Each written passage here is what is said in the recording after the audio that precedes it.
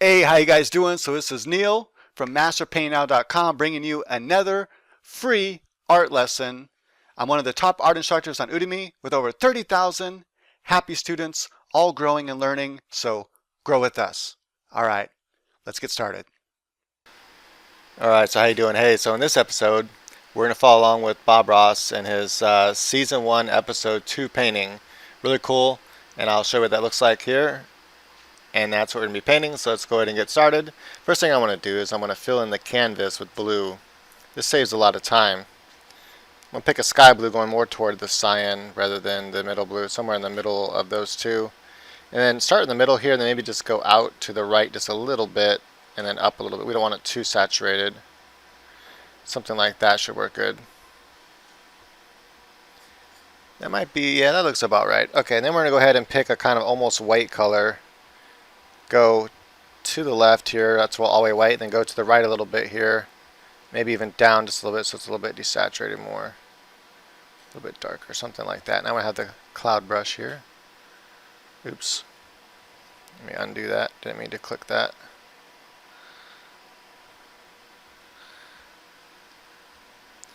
Alright, so when you're doing the clouds, he has kind of almost like a stormy day in this one. We're just going to kind of go with something similar, but we're not trying to go exact. We're going to kind of bring the clouds in bigger from the side here.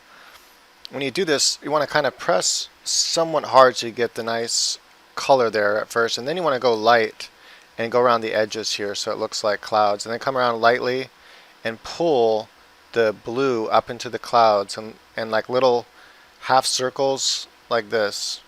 So we're going little half circles on the screen, then boom, up. I should say canvas. And then little light circles like this to kind of blend that in. Very, very light touch. I'm almost just using the weight of the pin on the canvas like this and just lightly blending that out. Now I'm going to do another, let's say, white cloud somewhere. We'll do one right here. He kind of has the clouds going in different directions.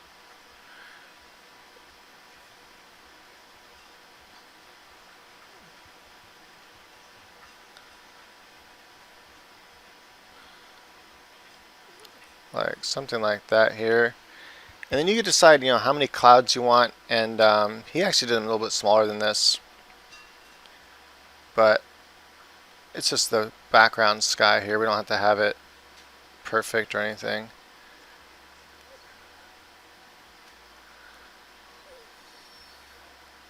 As he says, you just paint your own little happy clouds. This is your world.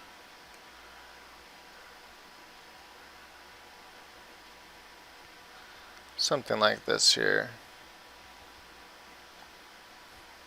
And they only need to go down about halfway. And then we're going to have the water. You're actually able to see my whole canvas here. This is what you're looking at on the screen. I think for water I'm going to use, maybe I'll try the water brush. I have two water brushes here, water 1 and water 2. This is for PaintStorm. And you can actually do the opposite. What he does is pull it from the center instead of from the outsides, because he starts with a white canvas and pulls the blue from the outsides. It doesn't really matter. You're still doing the same motion, but we're going to go across. I'm going to make the brush a little bit bigger.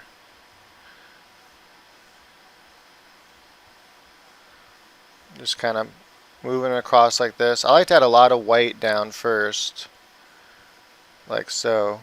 And then I like to go back over it with blue. But I'm going to get this in here first. Now I'm going to pull it off to the sides. Oops, that was too much. See those happy accents? We don't have to cover them up. We can just undo them because we're digital Ross. We are 2018 Ross. We don't have to accept our happy accents if we don't want to. We can choose to reject them.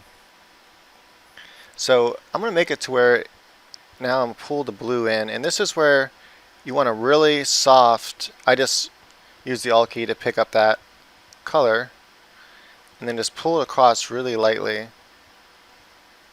There's actually another brush that works really good for this,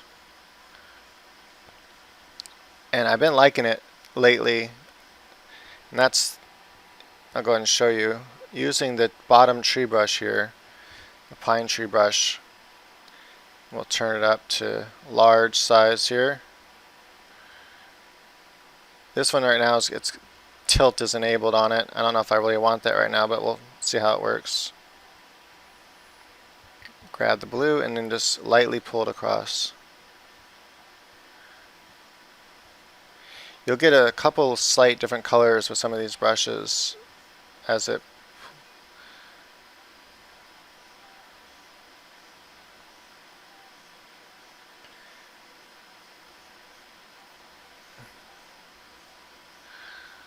something like that. Now if you really want to get this nice and straight and perfect, you really have to pull this brush nice and straight. I'm going to go back to the white color now and just lightly go back and forth. I'm just pulling, more using it as a blender right now, just to kind of blend this water back and forth. So yeah, it takes a little bit longer than using the 2-inch brush, but as with anything, it just takes some practice. Like so. The next thing we're going to do is we're going to paint in the mountain, the almighty mountain. Alright. I'm going to go ahead and see the shape he does for this one. I'm actually going to watch along and do this with them. And this shows you that you can do this too. You can just pick up the episodes, they're all on YouTube for free, and just watch along and do what he does. So you can use my detail cloud brush, which is this top one here. This adds more detail clouds. If you wanted to add some of that kind of look, you can pick that whiter color, come in here, add that kind of more detailed edge of the cloud here, and then go down to my awesome blender and then just light little circles and kind of fluff it away, make the brush a little bit bigger. Just kind of fluff away those details in the bottom, but leave that top edge because that's what you want. You want that top strong edge, and you can even just kind of lightly swoop or even swoop some of them up, little wisps of air to kind of, and you can also do some of these clouds in the background. Just kind of get rid of some of the details here, so we have some more smoother clouds in different places.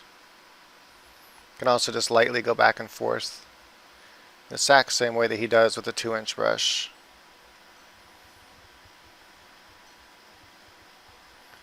Just like that. So if you want to add some more detailed clouds, then that's the way to do it. Right, so next we're going to do the mountain, and I like to choose red here because he uses like a Van Dyke brown often, or sometimes he'll even use the black, and I think it's ivory black, which will have a slightly bluish tint to it. So you got to decide, you know, what. In this case, we're doing more of a snowy mountain, so let's go ahead and do an ivory black. So we're going to go ahead and choose the blue, and then go all the way down to where it's pretty much black. And then we're going to go to our mountain creating brush, which is this square brush here. And this gives us nice, I have it set to where it's, I had a package come, and my dog likes to bark at the package guy that delivers packages. So, alright, we're going to draw this mountain now, paint this mountain rather, and he starts pretty high up here. I'm going to use this as a bigger brush, like maybe not that big, something like that. And I'm just trying to see about how high he starts. I know that he's in the mountain somewhere a little bit below the bottom here, so I'm just going to kind of make a little mark where I know the mountain's going to end. Somewhere right around there. Yeah, it looks about right. And then we're going to start how high it is. This will determine how big I want my brush. Something about like this here. Alright, so let's go like this. And we don't have to do exact shape, but I'm going to get something similar. He has one peak there, another peak here. Kind of goes like this, and then he's going to kind of swoop down. Notice I'm all in one layer. Now if you want to, if you feel like you spend a lot of time on those clouds and you're not confident yet with this technique, then you might want to do this on a separate layer. We're going to do another peak right here. And this mountain, it goes across the entire canvas, so like so. Now if you wanted to add just some of the variation, because he doesn't get this nearly this dark of a color, we can go ahead and gray it down and lighten it up like this, and then just add some color into it right now,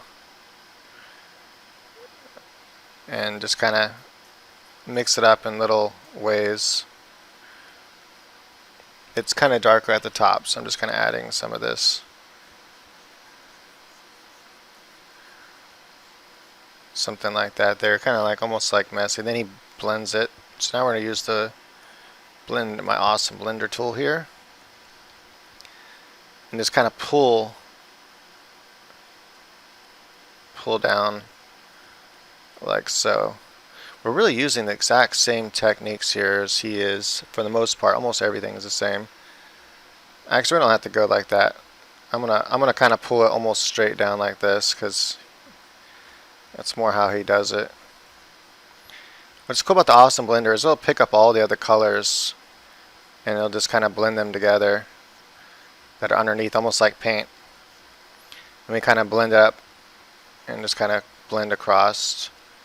That gives us that nice cloud. Now, what I like to do is I like to add in the haze. So I'm going to use, you can use the soft cloud brush here or the sky brush, and just pick up this kind of water sky color and just lightly just bring some of this right along the edge here. And then we're going to take the awesome blender again. And you can rearrange these brushes too if you feel the awesome blender is used around the clouds and stuff more than anything else. You maybe, I've been thinking about moving it up there. Just going to go all the way across like this. And then kind of little circles like that at the top. This will give us that kind of haze that he has.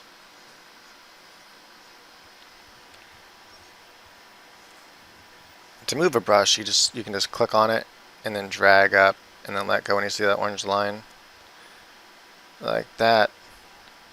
I'm gonna just move this more in the middle of. Actually, I'm gonna move it up by my cloud brushes, I think. You gotta let that orange line kind of settle for a second. There's so many brushes, it's kind of a pain sometimes to do this, but alright, I think that's somewhere right around, yeah, right between the mountain brushes and the sky brushes. Looks good. Okay. Debating whether I want to add a little bit more mist. I'm going to use a soft cloud brush this time. I'm going to take a color like this right here. I'm just going to kind of add some clouds. Nope, I want more of that white color.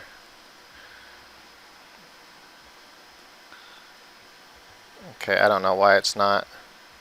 Oh, that's my cloud blender, that's why. Huh. Okay, that's too much. I'll just go back to the sky brush. And then my blender. I haven't painted this one yet, so I'm just going along with the video and just kind of figuring it out as I go. And then I'm gonna go back to my pine tree brush here and just add a little bit more water right here. Light strokes at first, and then just kind of blend them back and forth with even lighter strokes.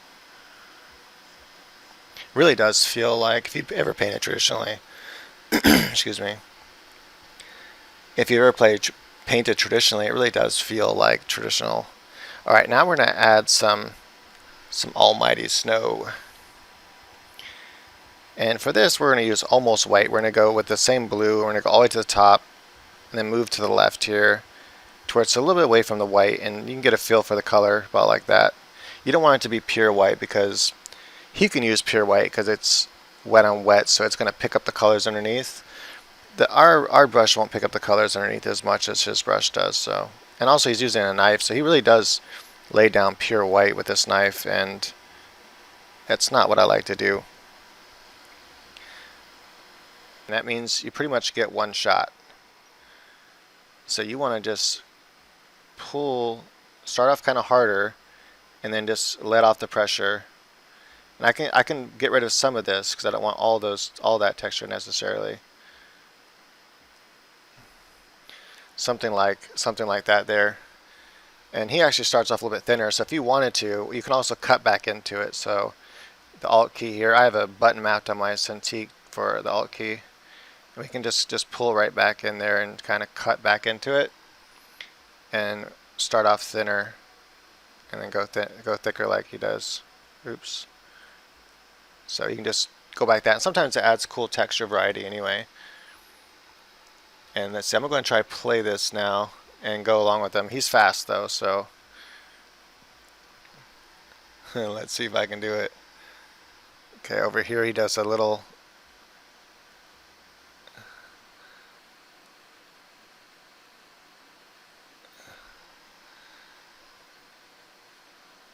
he leaves a little bit of a edge there. Now he's going to do this. Now he does this peak over here and he just kind of goes like this. And then he can like come right along here.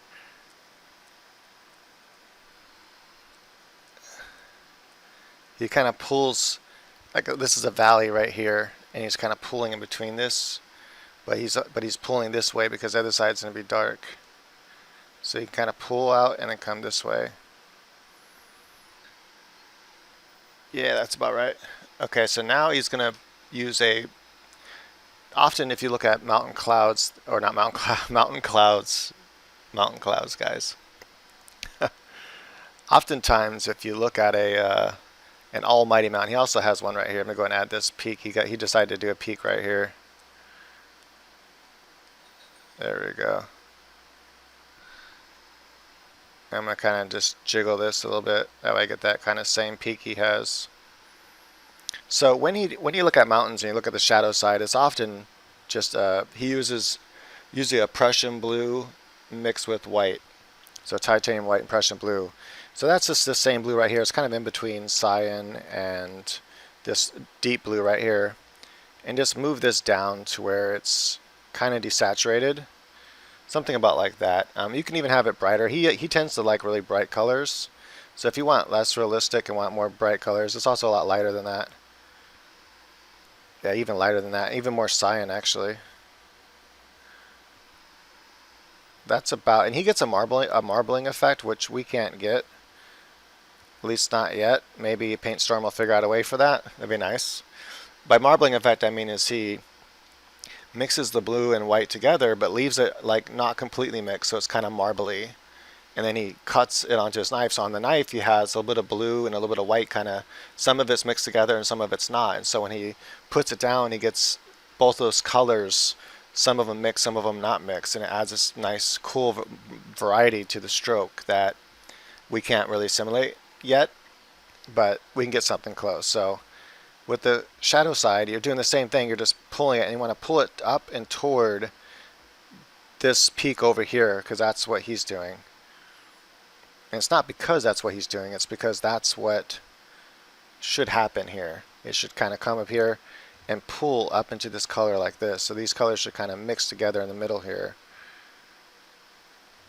Like that. So we're getting this kind of mixture of color. And it's so neat because you see all the same amount of detail. I took a lot of time to make sure this brush was very similar to a real knife. In fact, I've been modifying and refining these things. I have a hair on my face. That's the having a lot of critters in your house, as you would say. I have, only have one cat and 2 dogs that live in the house, and then 4 of the cats are mainly outdoors, but sometimes they come in. All right, let's go ahead and see what he does next here. I just want to follow along here. And you can actually follow along with me on the video to see where he's at. Like I said, it's on YouTube, so I can't show it on here because it's copyrighted. I probably could technically show little clips, but to be on the safe side, I'm not going to, because YouTube really does anything they can to try to get my videos off. Anything they can. They really don't like me. I know that sounds paranoid, but they really don't. Just trust me on that one. They only like to notify you guys that I have new videos out. So he just kind of pulls the shadow right along like that. And then on this side, we're going to do the same thing, just a little bit. And you're pulling the opposite direction. So I'm pulling this way. And I'm not just going straight. I'm kind of using a motion like this, like a half circle. And to make that, well, sorry about that, I kind of lost what he was doing. But yeah, it's kind of a slight motion like that. I like to leave some of the dark in there. Adds like rocks. And then he looks like he just does this side over here, and he just kind of comes like this. So we're just going to kind of add some of that snow side. And you got to think in layers like Bob Ross does. Now he thought in layers about this. He had his main cloud or main mountain down, and then he's going to take this peak and he's going to add it to another peak over here. I'm going to go ahead and pause the video so I don't lose, because I'm trying to explain what we need to do here. I might be able to grab this color and make it go back to where it was, because it was up here more. Because it does mix with the undercolors, so he kind of goes like that, and then I think he takes a peak right about here, and he just starts pulling this peak down like this, adding a little, and he kind of mixes it into this peak over here. Like this. And he's going to kind of just bring these edges all over here, and just kind of want to leave some of that dark in the background though. So like that. And then I think he's going to take some of this blue color again and just kind of add it right here. And if you want to, you can kind of go back and you can add a couple, that's too much, other strokes in there that are brighter to kind of mix in, but I don't want to get rid of that. I think that's fine like that. We actually get a good variety of color as well, so because PaintStorm does pick up color underneath. It's pretty good at that. Alright, I'm just going to see what he does here next, and then we'll move on.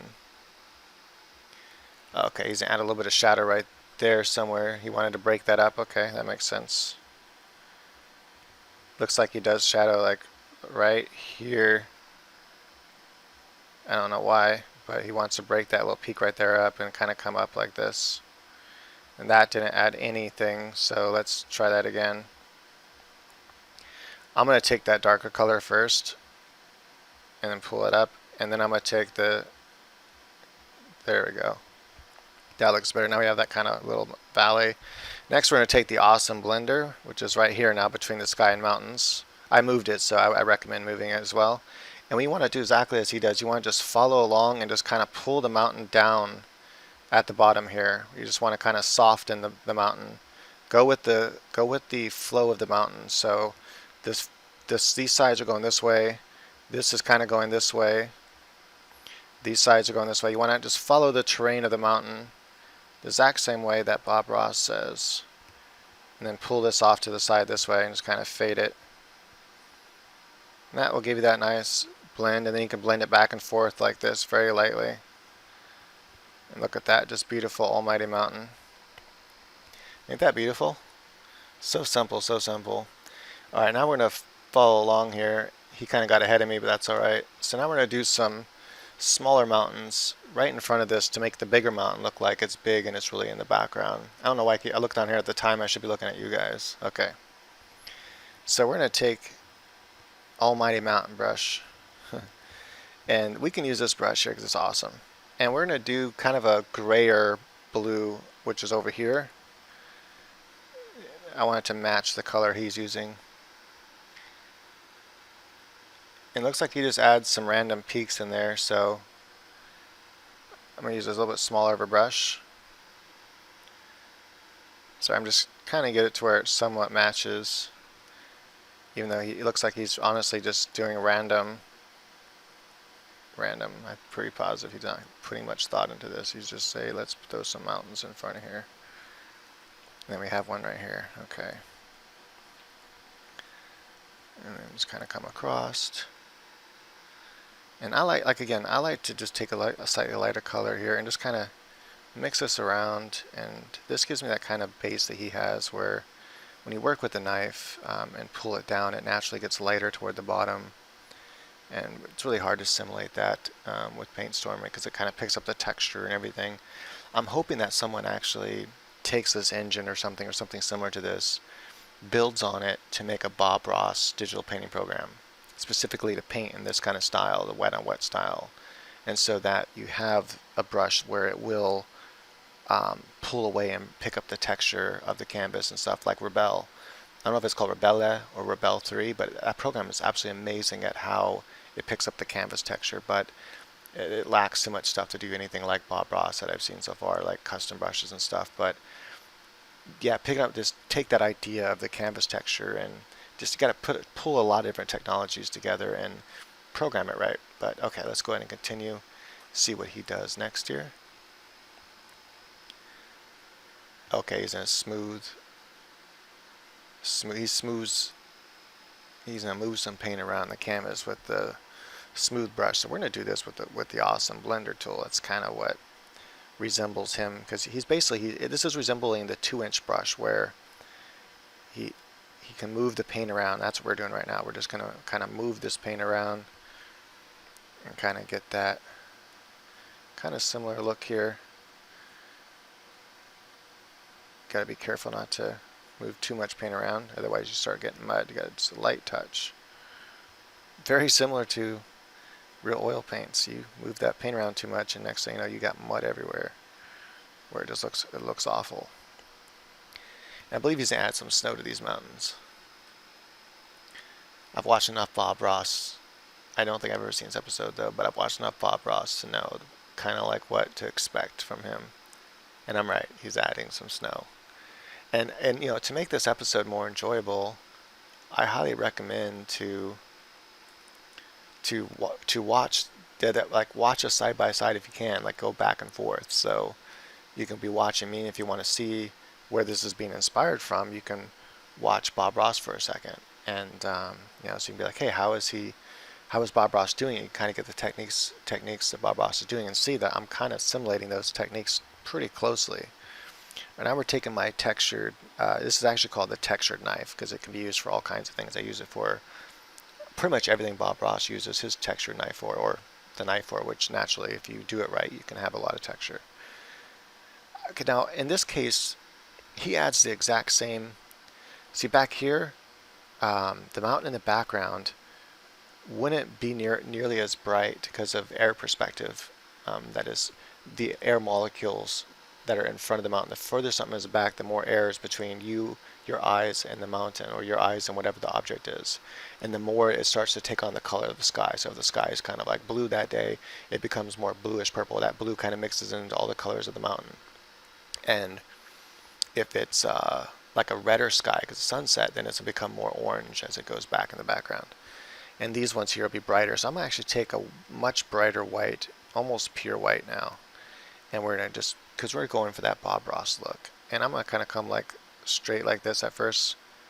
And then I'm going to kind of come at a slight angle now, like that. It's just easier, and it kind of simulates the knife stroke that he has there. And then he kind of starts at a point and comes down. I really wish this was easier for me to do at this angle, because I can normally twist my stroke really easily, but notice my elbow, how it has to come out like this. It's hard. I would usually be like this right here, and then I would either not be touching.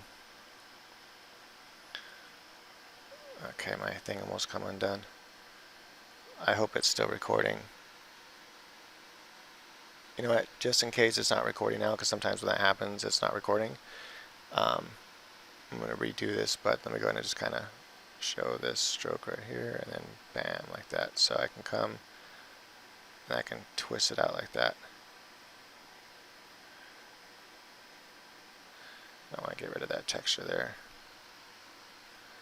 It kind of breaks a little bit just right here. And I can actually pick the other colors up and just come right back in and kind of cut back into some of that. It's not quite the look he had, but it's close enough, something like that. Alright, so because this is all pretty much the same thing as what we just did with the big mountain, you're just repeating the exact same stuff with small mountain, I decided to go ahead and just speed this part up. I might also do a commentary with speed over of this painting too, for people that don't want to watch it in real time. Alright, there we go. Alright, so it looks like he's using maybe the 2-inch brush right now. You can also do it with the 1-inch brush, but anyway, he's adds a tree line here in the very, very distance, like trees / bushes. Now you can use different, I have different ones to do this and simulate this kind of work. You can even use the mountain brush up and down and get something similar too, but the textured knife brush. But what we're going to use is, there's this one here, and that's the wrong one. Far tree. So you can use the far tree brush, and this one's good. You can actually add, you want to use a really dark color. In this case, we're going to stick to more of the bluer dark and just come down here like so. You want it to be almost black, but not quite. And just you can just kind of go up and down, and this kind of simulates his more newer style that he does now. And I'm going to leave some of that on the bottom. It doesn't matter because we're going to pull that right down into the water anyway as a reflection. And just kind of come across and just kind of go up and down, little jaggies. You don't want to go like this. I'm only pulling on the upstroke. So when I go up and down on the upstroke is when I'm touching the canvas. And I'm gonna come and go where he ends. He ends like right over here somewhere in the water. So I'm gonna kind of that way have an ending point where it's somewhat the same. And again, you're just simulating the idea that there's a bunch of trees and stuff like that way in the background here. It doesn't have to be perfect. And then you can kind of pull some of this down, and this is where we're going to use the I like using the pine tree knife brush. Works really great for this. All around, just great brush. This is like basically a fan brush. I mean, you can use it for anything you can use a fan brush for. He uses, I think, just a 2-inch brush here and just kind of pulls this down into the water. And this is the beginning of our reflections. And after we pull that down, we're going to pay attention to that water line and just lightly pull this across. And it's pretty similar to the 2-inch brush, or if you also can use a fan brush for this. So and that gives you that nice looking reflection, just like that. Very, very similar techniques, like I said. This is the most I've seen a lot of people try to emulate Bob Ross digitally, and this is the closest I've seen where it feels like you are Bob Ross. You know, because I do traditional as well, so this feels like you're actually working traditionally, which is an awesome feeling. That's pretty much it. Now, if we want to, we can add a little bit more shape into these background. We can even take one of our bush brushes here and just that dark color and just kind of add that in there. I'm going to make it smaller because we're pretty far in the distance here. And I'm just going to kind of add to the bottom of this just so it has more life like the original. Like that. Kind of just simulates what he has back there a little bit better. And he has some pine trees sticking out and some bushes, so everything's in the far background there. Then I might take my I probably should just rename this. It's called like the pine tree brush or whatever right now. Probably should just rename it to the fan brush. If you want to, you can rename it like that. And it's very light touch going back and forth like that. And if you want more of the reflection, you can pull out more of the reflection by just grabbing this dark color and just pull straight down and just, you know, get more reflection. Just going to pull more dark reflections here, like so, and then again just a very light touch just going across here. I recommend going in one direction. So and then I'm going to come back this way and pull this direction. And I'm just kind of go back and forth a couple times. I'm pulling these other colors over as Y. And then I might even take that white color and just kind of make a stroke now over this so it kind of adds a little bit of water. And then you can even make a water line if you want to. I recommend a smaller brush for the water line. Yeah, that's not going to work. So I'm going to use my water line brush, which is right here, water edge. It's meant to stay horizontal, and I can just pull it across. Okay, so it's going to be really hard to do this. Just going to slightly, there we go, just kind of break that up on the edge there so you can see the separation. And the reason why you kind of blur the mountains out here, or even sometimes add a little bit of mist, is so that it separates the objects. I would see these mountains here when it stick out if all this was textured and this was textured. So having that kind of blurred out bottom, that's why he does this. It adds layers to where you can separate each thing, and so adding a little bit of mist or a little bit of blurriness to the bottom of the mountains makes these mountains stick out. Then also having this dark on light sticks out, so that's why he didn't really have to blend out or add any mist between the mountains here and these tree line, or this tree line.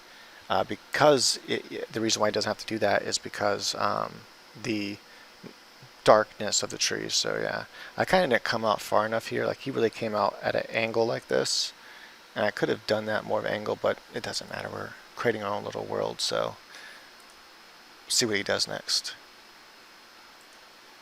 Alright, so it looks like all that work was really for nothing because hardly any of this is going to show through what he does next. So he uses a multicolored brush to do this, so we need to simulate that by doing 2 different passes. I'm going to take my new one here. If you haven't downloaded, this is my bush number 4 brush. If you haven't downloaded my new brushes, it's the exact same file name and everything, so just go back to that link and then yeah, you can re-download it. Or if you have to, I guess you can re-sign back up to the newsletter and you'll get a new email that has those brushes in there. I'll be sending out an email newsletter here soon, just letting people know, hey, I got some Bob Ross videos you can watch and follow along with the cool brushes. And then in that I'll have a link to the brushes, and just override the old file, or you can rename it number 2 if you want to, and then install the new brushes, and you'll notice there's some new brushes there. I'd recommend just completely deleting and then adding the new Bob Ross full, or tag as they call it in this thing. Anyway, so he uses like some yellow and like yellow ochre and sap green, and then he even adds a little bit of red to it, and it's all over his brush, so when he pushes he gets all these colors mixing on the canvas, and we can't do that. So what we're going to do is we're going to kind of take that oranger color, and it's pretty bright, but I don't like really bright colors, so we're going to kind of, I like it to be a little more realistic. We're going to kind of add this right on top. We're just going to add some bushes in here. And I'm going to try to leave some of that black showing in the background because I don't want it to be completely lost. And actually, I think I'm going to use the bush number 1 because it adds more space between each little stroke I make. I want to try to keep some of that background alive because I like those darker trees. But what it does is it separates again. In this case, he's using dark to light, so he uses these techniques that are important. So you have the light, sky, and then you have the darker edges of the mountain to bring the mountain away from the sky. And then he kind of, adds some mist on the bottom of the mountain so these other mountains stick out. He adds this dark line of trees so that the brighter bushes stand out against the dark background. Otherwise it'd be hard to see the trees. So got to think about light and dark, light and dark, light and dark, or add some mist so it's light, and then you can add something on that's a little bit darker. And then we're going to take that and we're going to go a little bit more toward the yellow, and maybe even the yellow green, kind of going toward that green just a little bit, maybe a little bit brighter. And we're just going to add a little bit here on top. These are distant bushes, so they don't need to have much attention or detail to them. Something like that.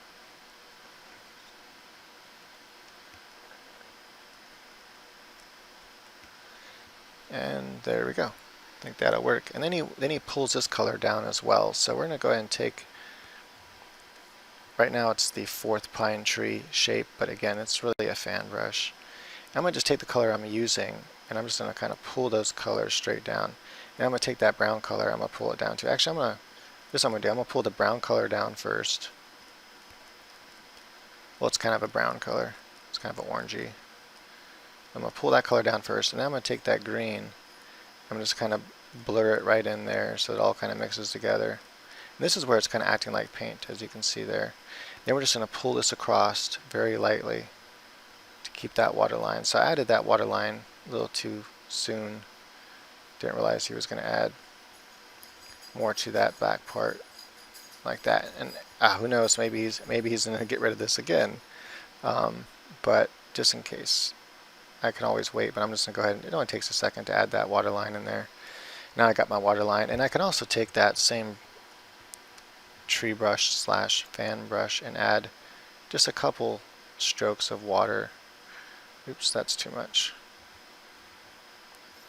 I'm going to kind of blur that out like so.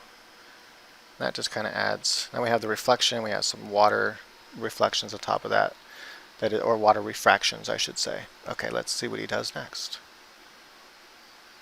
following along with Bob Ross with Digital Ross here, painting some almighty mountains and some happy little trees and bushes where the little critters can play. Alright, so now we're going to paint some distant pine trees or fir trees with this exact same brush actually. And I'm going to go ahead and reset it because right now it's vertically. So if I load the default brush, it should be horizontal. There we go. And we're going to make this a lot smaller because these trees are way in the background. And these are making sure they come up a little bit to the top of the peak here. I'm going to pause this because he does trees really, really fast. Come on, where's my mouse at? I gotta pause the video, like I said, oh come on, really? There we go. Yeah, he does these fast, so let's go and add some of these trees in there. So he starts with this kind of middle area here, and we're gonna start with a really small brush to add that in there. You can zoom in on this part if you need to. And we're gonna take a really dark color. Again, that's almost black, but in the blue, on the blue side of the scale here, and kind of just go back and forth at first. Just kind of work this back and forth, almost like little seesaw like this, almost like these kind of strokes, but we're keeping them closer together. And I can barely even see my brush.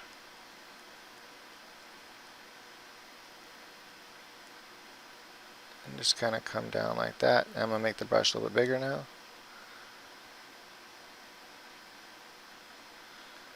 Just come right down here to the bottom. There we go. I'm just going to add a couple little things sticking out here. And we can go vertically with this brush as well. I'm going to kind of twist and add that top in there. Kind of add the trunk. And let's see here. I think he adds a little friend right here. A little friend behind him, right next to him. He adds two more little friends over here. Well, actually, he has one little friend right over here. So we'll just add him right there like that. I'm going to start from the bottom this time, work my way up. You get used to making trees. You can do them either way. I teach all the techniques of how to use all these brushes. So if you want to watch that video, I recommend it.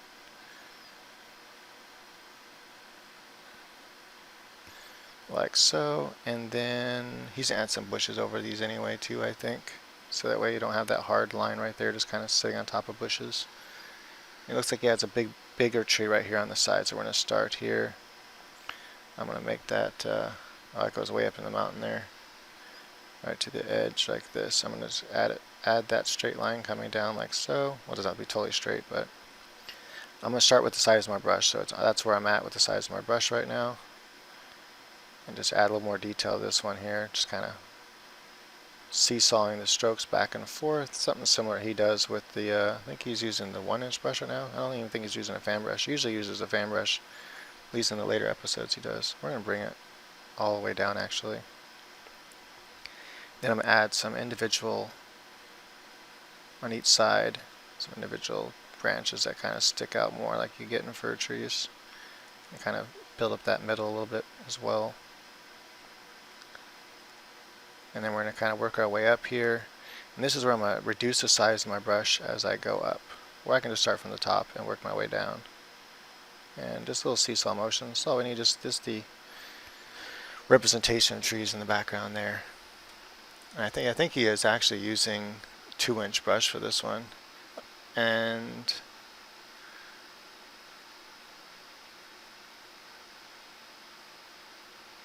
okay, let that play for a second. I'm going to take my, yeah, just like I thought. He's like, let's put a little bush in front of him. Told you, I called it.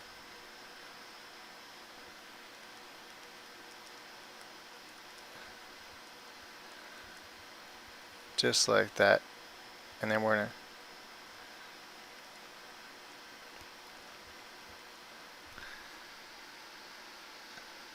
to, now he's laying in the water line, which I already did that. And if you want, you can actually reflect these trees down into the water. So let's go ahead and do that. Let's grab this dark color. I'm just going to kind of reflect the tree, right? I'm just kind of go back and forth so it's kind of being broken up by the water. Like that, and I'm going to just make my brush a little bit bigger. Now I'm going to make sure it orientates itself the correct way, and just kind of brush across like so. Just a light stroke. It looks like he has another tree. I'm gonna kind of reinforce my water line a little bit. That's the way he just did actually. He just painted a water line finally. Like so. We can even add a little bit of land on the end if we wanted to, but okay, so alright, so he adds another tree right here, so let's go ahead and do that. This is the part to me that it takes the longest as far as I'm trying to twist this to where, I don't know, we're just going to go right here, we're just going to drop the tree like that. This is the part that takes the longest as far as techniques go. It's really hard to paint trees as fast as he does, because the fan brush and the 1-inch brush, just it makes the job so easy. And that's where digital, that's one of the main, I think the main failings of digital with this technique is doing the trees. It does take a little bit longer, but give it a shot and try to follow along with his speed that he does his trees anyways with traditional brushes. He's gotten really, really good at what he does, and good luck on trying to beat him at that. We're going to bring this tree right in front like that. He's fast. And I'm going to do the same thing. I'm just going to kind of wiggle this down into the water. We'll kind of get farther as we go across here. And then I'll make sure that this is orientated. Come on. There we go. Sometimes it takes a second to get it to orientate right to where it's vertical. Just kind of brush that across like that. That way we got that nice water reflection. So everything looks good. Alright, now I think he moves to the other side of the canvas now and starts doing the tree over there. Yep, another almighty tree. Alright, so he adds 3 more trees over to the side over here, and I'm just paying attention about how far down he goes. He wants an overlapping, so that way this is kind of going back. And he has the 3 trees here. They're quite big, they're like right about here.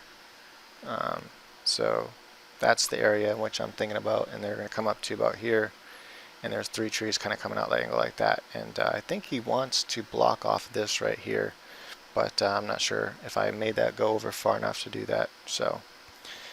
Alright, some more trees, and he made a really good point. When you're painting trees, it takes practice, as with anything, and I highly recommend to just practice, watch my video on how to use the brushes and how to do the techniques, and that's really important to practice those techniques. And it's really all about technique when this is not so much about like talent. I mean, yeah, I mean, if you just follow along, it's really just about technique. Honestly, that's what it's all about.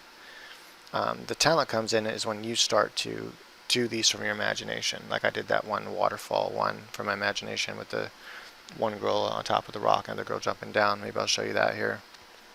Dude, I was actually just practicing some waterfalls and some rocks, and that's all I had was this waterfall and this rock here and another waterfall. I'm like, what can I do with that? And so I just thought of, okay, let's add some mountains. Let's do like Bob Ross, just think in layers. I just had some clouds in the background. Did some mountains in the distant background, and then I was like, okay, we need something to hold this waterfall in, so I started building more dirt. All this dirt is using the same techniques I used for the mountains in the background with the same brush, the same ideas, light sides and dark sides. And then I added another rock over here and added this little plane down here, and then I added this tree, which I thought was kind of cool, almost like it's dead. Added this tree up here, some bushes, added this rock in the center, pulled the water around it, added some mist, pulled a waterfall down. I had some little waterfalls coming off to the edge here, some little hangy dingly things, which I'm just using the brush tool my brush tool, the one I used to make bushes with. So my little bush tool, and just kind of pulled those down. And then down here, the same technique we just did right now for water. I just added the white and blue, and then I dropped down the reflections and just kind of swiped it across a couple times. Added a few bushes down here, added some mist down here with the little bit of the cloud brush, and then my awesome blender tool. Left all this dark in the background so it looks like a cave behind there, And that was pretty much it. It was really a simple thing. And then I always like to add people to my paintings. I'll end up probably adding a person to this painting as I'm working on now too. Added these two girls in there, and voila. And what's cool is from a distance you can see how those girls look almost like a photo, but when you get in close you can see that they're very basic, just 3 colors, 3 tones, kind of anyway, I can talk about that later, but notice they have no faces, no hands. I mean, they have the semblance, they have mittens. But from a distance, it doesn't matter because they look like how they're supposed to look. They look like actual, almost like photographic women. So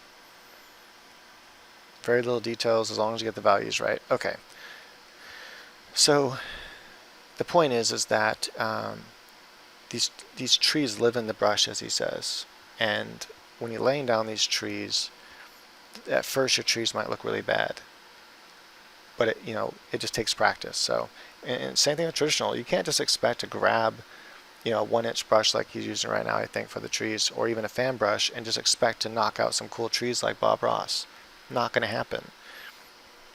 It takes practice, so you really got to practice doing those trees. And he said it's kind of like when you first tied your shoelaces, it wasn't easy.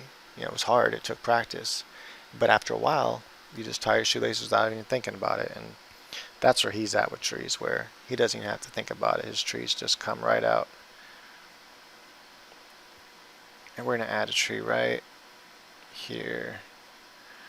I'm just trying to get, this does not want to stay straight. I should have a separate brush for this. Doesn't really matter that it's not perfectly straight. Just mainly I'm just trying to block in where it's going to be, how far down it's going to go. Because I don't want to lose this idea that he has. And he doesn't go too high. I don't think he goes to higher than the mountain with the tree, so we'll keep it right about there. Now I just start with whatever size my brush is. That's where I start doing my tree. And again, I'm doing that seesaw motion that I told you before. Now I'm going to make my brush bigger as I go down.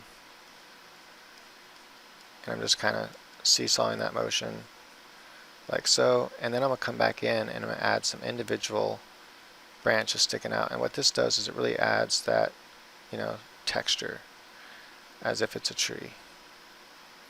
Reduce the size of the brush back to where I was before when I was here. Add some of those middle strokes, kind of just pushing the brush. When I do these, I just kind of push off to the side. I kind of push off and down to the side. I'm going to come up, make this a little bit smaller here, and we're just kind of push. Now I've got to get the brush really small to get this top part here. And I work it until it no longer works, and I make the brush a little bit bigger. I kind of just seesaw and make the brush a little bit bigger. That's how I usually do it, starting from, if I want to start from the very top. Then I'm just going to add a little bit of branches sticking out. But yeah, like he says, at the first couple trees you do, they're not going to probably resemble anything like what I'm doing. And just like your first couple trees with fan brushes, maybe first several trees with fan brushes aren't going to come out like Bob Ross's trees. It's just doesn't work that way. It takes practice. We're going to start with the top of the tree here. I'm going to just, so these other trees are done exactly the same way, so I didn't figure there's no reason to, make the video longer, showing the exact same thing I already did. I just did at a slight angle. And so yeah, I just figured I'd go ahead and speed this part up really fast so the video is not so long. And alright, let's get back to the video. That's all the techniques you'll ever need to do anything Bob Ross style. He adds a little bit of bushes over here. He just kind of smashes his brush into the canvas. And that's cool because it adds some bushes right here. And that's really all we need for right there. I'm going to leave it just like that. We're not going to add any highlights or anything because he hasn't done that yet. So I just want to see what I think he ends up adding green highlights probably. Yeah, so alright.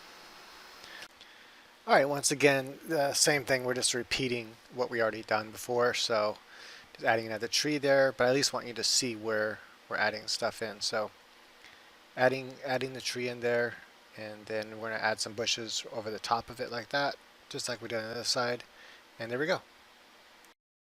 Pull this reflection down. I'm going to pull the trees down. I don't think he does that. And I'm going to kind of just maybe pull some of the actual tree shapes down there like that. And then we're going to pull these bushes down like so. And then we'll just take our brush and lightly brush across. Just like that.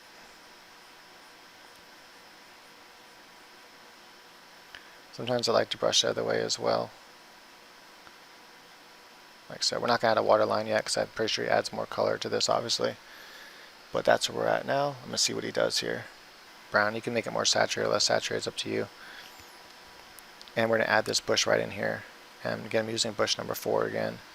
And he has it way up here, so we're just going to kind of add that little dabs, like little circle dabs, like I'm just going one here, one here, one there. That way it leaves all that color behind it. Because I don't want to destroy the darks. The darks reveal the light, as Bob Ross often says. Or I should say, said. Rest in peace, Bob Ross. We're going to go yellow ochre, which is a little more orangish yellow. And we're just add this right in here, like that. And coming across right here. I think I might have used a dirty brush and left a little bit of green into his brush, I'm not sure. Okay, now we're going to go ahead and take our pine tree brush again, and we're going to grab this orange color, and we're just going to pull the reflection down into it. And this, the reason why you want to do this in layers is because having that first layer of the dark is, I think, necessary, and then after that, then you come across with these other colors, and it adds a layer of to your reflections, so that it, you can do it all in one go if you want to at the end, but doing it in sections like that is nice too. And there we go. And I think he probably adds a water line, so I'm just gonna go ahead. I don't know. He maybe adds dirt or something. I don't know. We'll find out. But for now, I'm just gonna add a little bit of a water line in here. I'm just gonna kind of cut in little directions so it looks like it has some three-dimensional roundness to it. Let's see what Bob Ross does next for us. This is really great, just being able to follow along. Like, it was, it's awesome just following along with Bob Ross with traditional paint. And, you're going to be pausing a lot when you first start.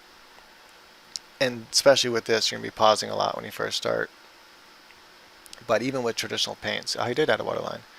But yeah, with with traditional paints, trust me, you'll be pausing a lot, especially when he does the trees. Yeah, but it's fun. The joy of painting, and once you get to the point where you can do a painting from imagination, that is so great and fantastic. I've been doing this for a long time, drawing from imagination. And that's what I teach. That's what I teach on my website, masterpaintingnow.com. I teach all the fundamentals that you need to know on how to draw anything from imagination, more complex stuff like human beings and things that Bob Ross wasn't good at, by his own admission, by the way. In the fire camp painting he was doing, where he kind of paints the little man in the background. I think he actually added some dirt there. But anyway, so as he was doing that painting, he's painting the guy in the background, leaning against a tree by the campfire, and it kind of resembles a person. But what he was talking about as he was painting it, he's like, my teacher, and I think he's referring to Alexander. Forget the guy's full name. If you've never seen his show, it's actually really good. It's actually who Bob Ross learned from. So Bob Ross, if you don't know, actually went to Alexander something. He's foreign, his accent, and that's probably why his show wasn't so popular to Americans, is because his accent. I don't know. Sorry about that. Telemarketers. And so he learned from Alexander. I probably should look up his last name. If you just type in Bob Ross learned from Alexander, you can find his last name. And he actually has videos on YouTube. And I think he was better with color than Bob Ross. He really had more of a realistic color to his color scheme. But anyway, Bob Ross went and learned the wet on wet technique from Alexander. Even went and taught, went around and taught people, like tutored people for his school. And then Bob Ross decided to go and make his own show, and PBS contacted him, and that's how the whole Bob Ross, Mountain Mist, is it called, started. And anyway, I just thought that was kind of fascinating. And when he was learning from Alexander, I imagine this is the person he's talking about. He said, my teacher told me, it might have been referring to an earlier teacher, I'm not sure, but he says, my teacher told me, he said, Bob Ross, your heart is with trees and mountains and nature. And that was while he was trying to paint a person. So basically the teacher was telling him, You're not good at painting people, Bob Ross. Just stick to nature. Stick to trees and bushes and water. That's what you're good at. That's where your heart's at. And Bob Ross kind of laughs at it. He's like, people are hard. They're hard. They're hard. And it is. Figure drawing is probably one of the hardest things you ever learn how to draw. But the way that I teach it is, I think, bar none, the best. And that's why I have over 30,000 students now on my anatomy course. And that's on my website, masterpaintnow.com. It's Anatomy for Figure Drawing, Mastering the Human Figure. And that course has over 30,000 paying students, by the way. I rarely give away free courses. It's very rare, so it's only like maybe a handful of those 30,000, less than 100 that are actually got the course free.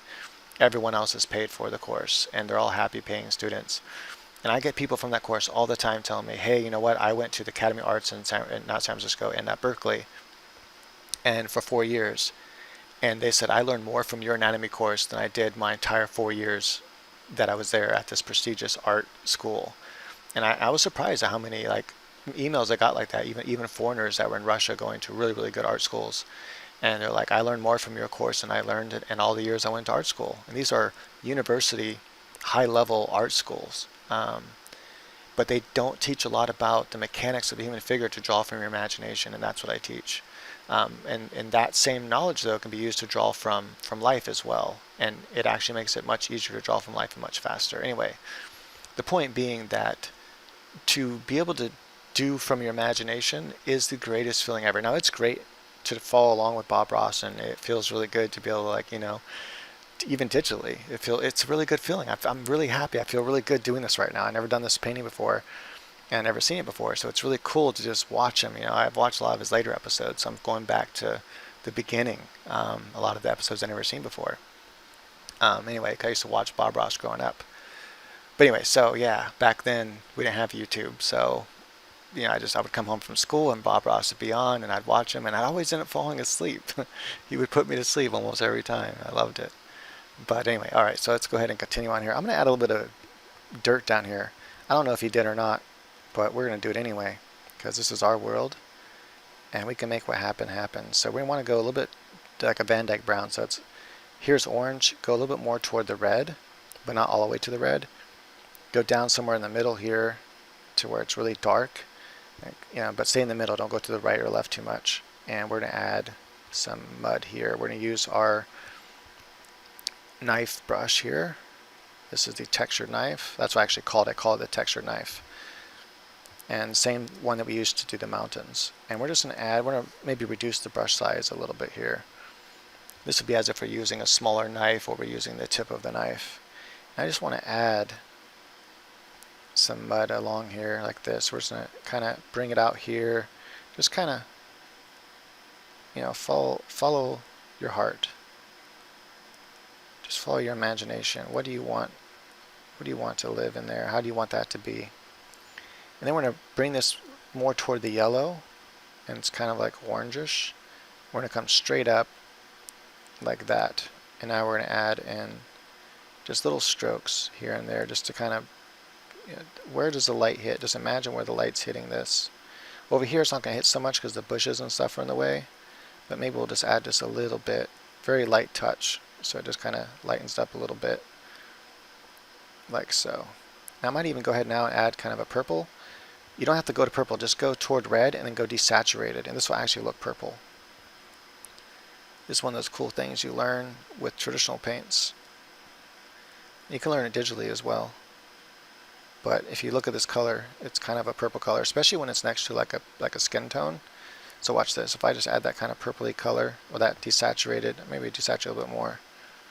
It's kind of a gray red color, and you add that next to like an orange or skin tone. Look at that. It looks a lot more purpley. It's a trip. It's one of those optical illusions. So I like using that color for shadows, and there you go. Now I got a little bit of land there. Let's go back to our water edge brush here. Pick up one of these colors down here with the color picker tool. Just hold down the Alt on your keyboard, or a map Alt to a button on your tablet. That is map the Alt key to your tablet here. We're just going to add a little bit of water kind of rustling around the edges here, because water is constantly moving, wind's blowing it. We get little like almost like little waves hitting the edge of the shoreline there. I kind of like to bring the brush out like that and add like kind of like a zigzag motion and very light stroke, and then just kind of go back over that and kind of blend it a little bit, and it kind of adds this water coming out at us. I like that. So we haven't added the highlights to the tree, so this is a lot longer video than I thought, so I might actually fast forward through some of this and talk over, narrate over the fast forwarding.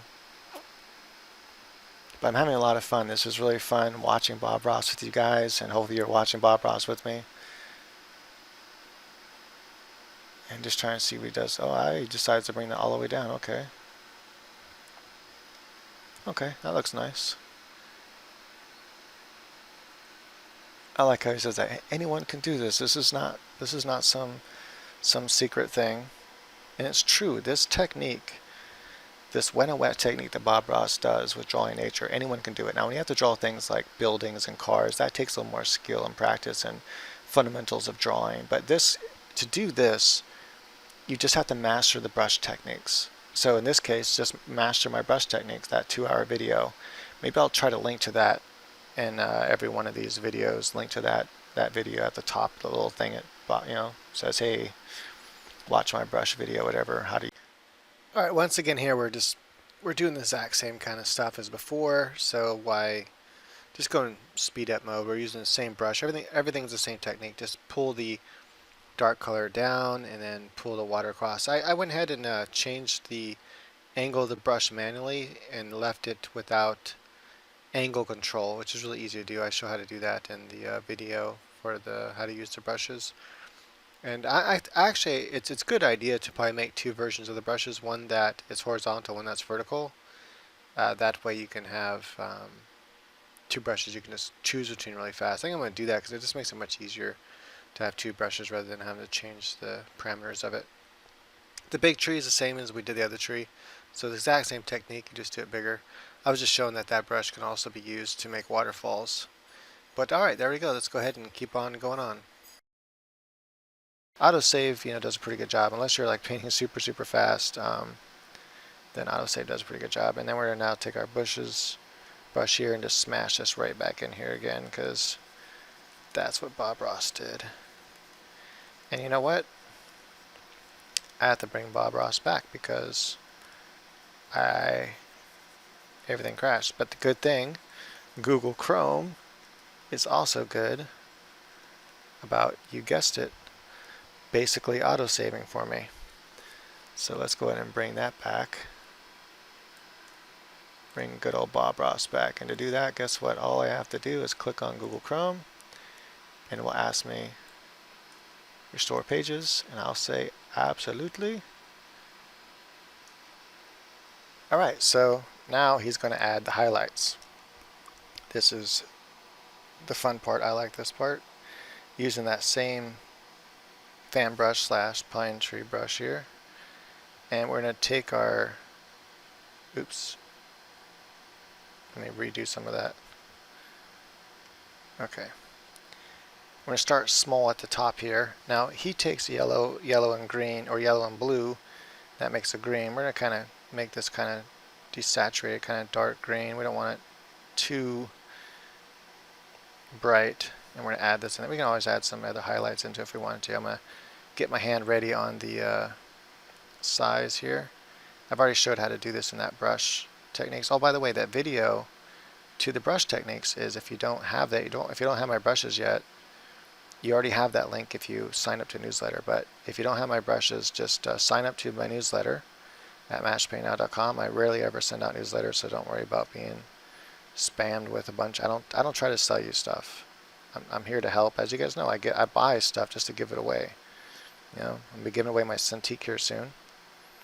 It's just like this one here, except it's the older model, so it doesn't have the touchscreen, but it has awesome sliders, so you can zoom in and out with the slider, and that works with pretty much every program, unlike the touchscreen. So, like this program doesn't, well, it kind of supports touchscreen, but they need to work on it. You have to push really hard, and it doesn't really do anything. Just like that, just add some highlights. We're going to add some highlights to these trees back here. Keep in mind the light's coming from the right hand side here, so that's why I'm adding most of the green to the right hand side of the tree. One thing Bob Ross doesn't do is in his trees, sometimes I think he has before, I'm not sure, but I like to add that little bit more realism, and I'll show what I'm going to do in a second after we add this green. And I'm leaving the dark in there. I'm being careful to separate and segregate the branches as if it would for a real, fir tree or pine tree.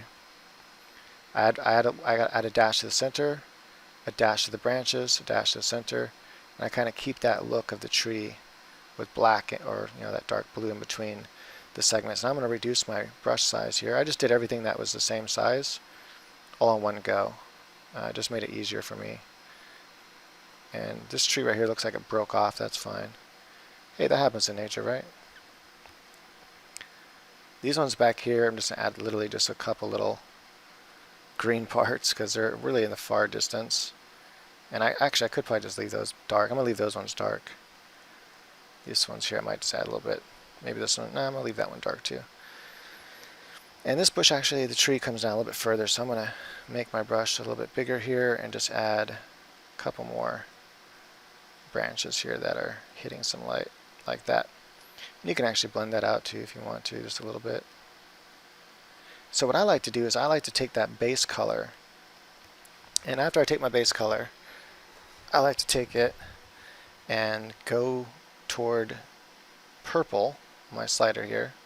Not all the way to purple, just start going toward purple and then desaturate it, and I'm going to add some shadows on this side. This is like kind of with the mountains.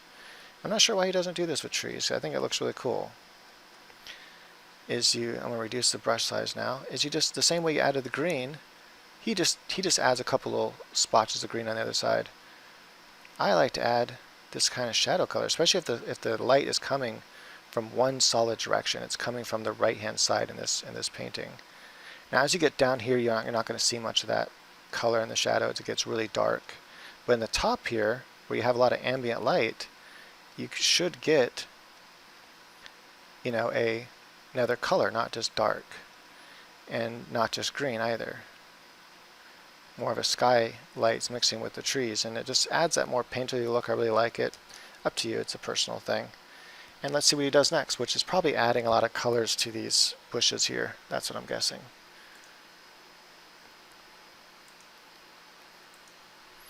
Yeah, we're painting Bob Ross.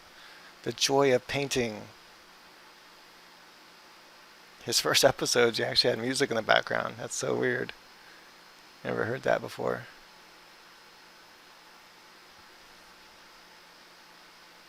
I like how he's like, he goes over here and starts adding some green to the trees. Like, let's add some green to these trees because the sun wouldn't forget them. It was kind of funny. That is right. The sun would not forget them. All right, so just as I thought. So he starts with the kind of a dirty brush like last time. So we're going to go ahead. We're going to use our number one top. This top. They look like leaves as the icons I chose.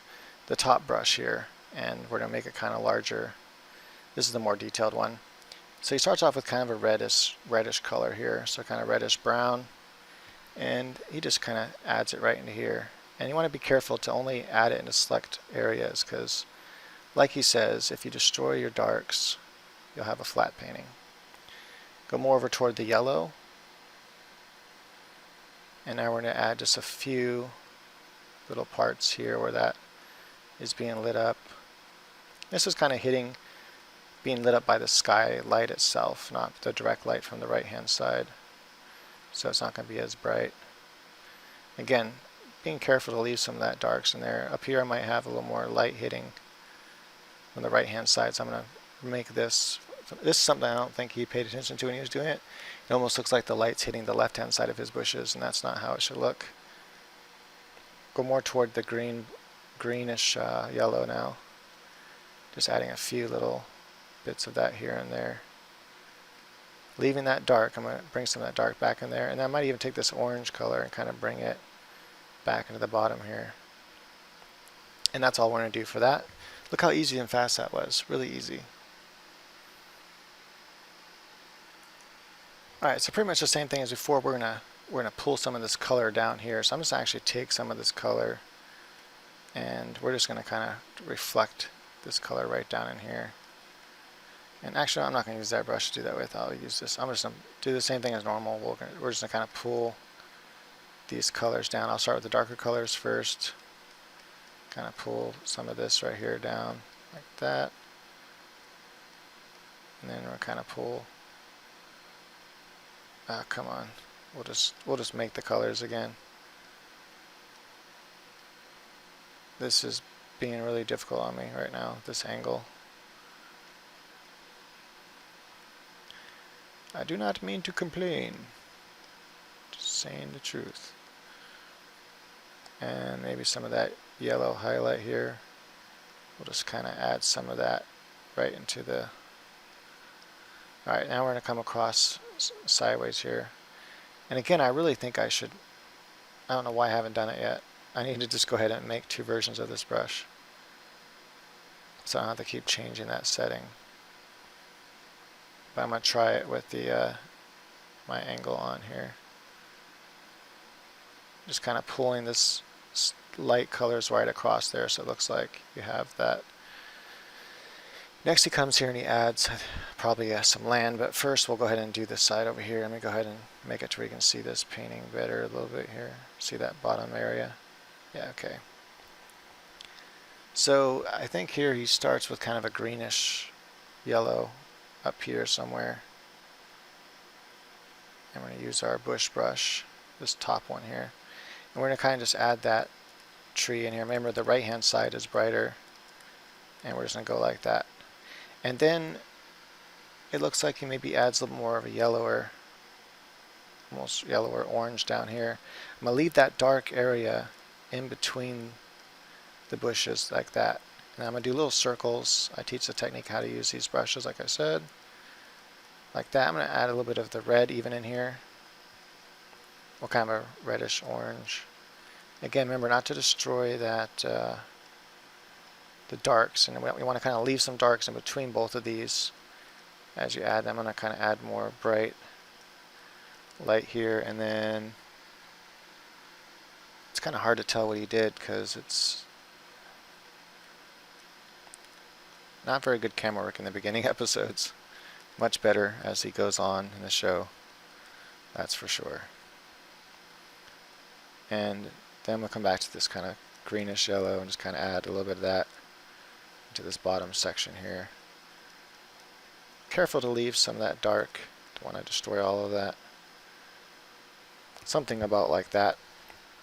Now let's see what he does next.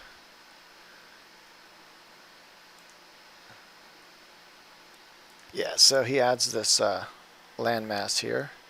And I need to hurry up and finish this because it's about that time of day for me for my post-traumatic stress disorder anxiety attack from / sugar drop feelings to hit here. Don't worry about it. You don't have to feel sorry for me. I don't actually even probably said that, but I'm not asking for sympathy. It's just something that, you know, I have to deal with. It's not a big deal. So we're going to add this kind of dark brown right here. I'm going to make it even darker because almost black. Because Van Dyke brown is very, very dark. I'm just coming at an angle and just kind of almost like we're doing the mountain. We're using that same mountain textured brush here. And use this to make nice little shorelines and mud and rocks. And I use it for all sorts of things. It's really nice. Then we're going to take that kind of, this is like being blocked by the bushes, so it's not going to really hit any light. Remember, the light's coming from the right hand side. A little bit of skylight though will highlight this side. And I'm going to make that a little bit more brown and like this here. There we go. A little more desaturated. And just add a few little strokes over it, just individual strokes, and that way you have all that nice texture, and it kind of looks like mud, and it's nice. You know, you have leave some of the dark in there. Without that dark, it's not going to look three-dimensional. And then we're going to take our water edge brush here and use kind of a lighter color, and just add in this little bit of a shoreline here. I'd even watch this part.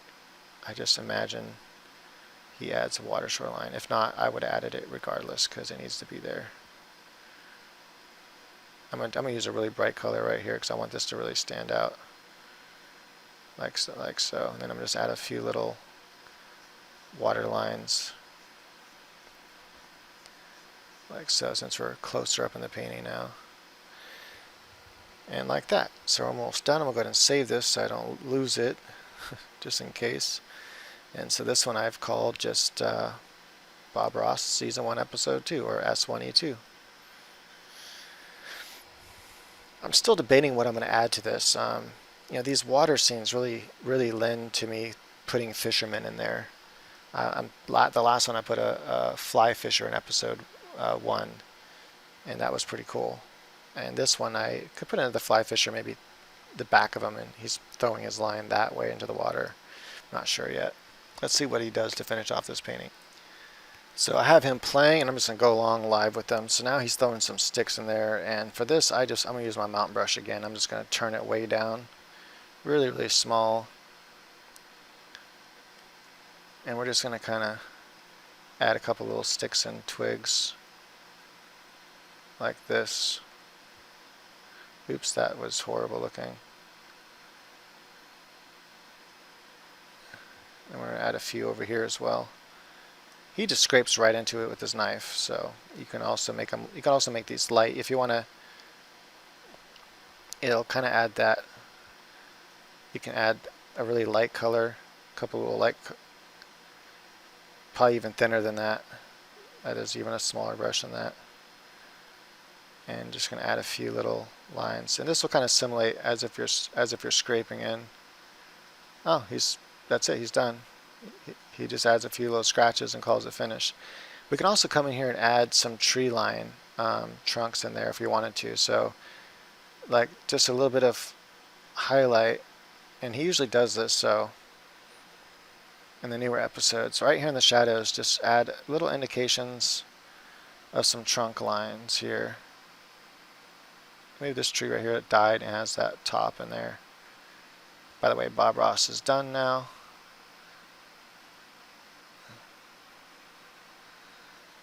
And maybe right here.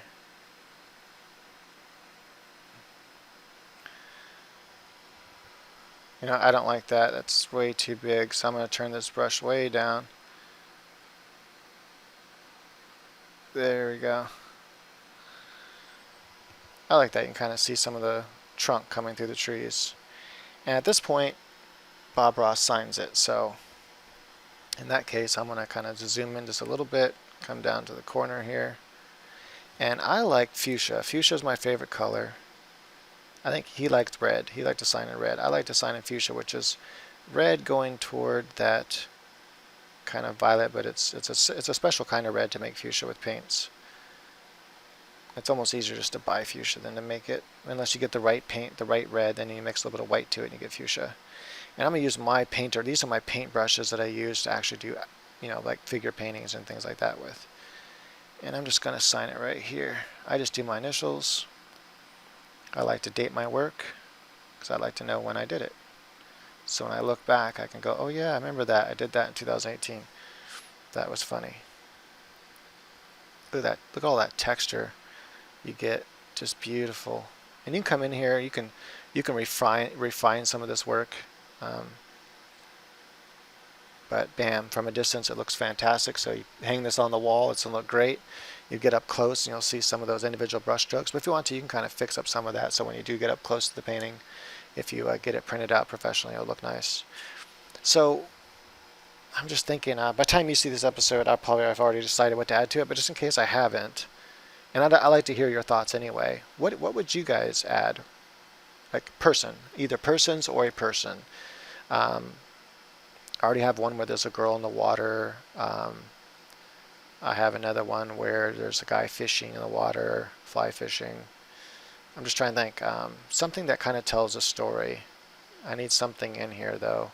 Maybe I can have a little kid back here on a tube, like he's floating down this way, So I can have him on a little tube here.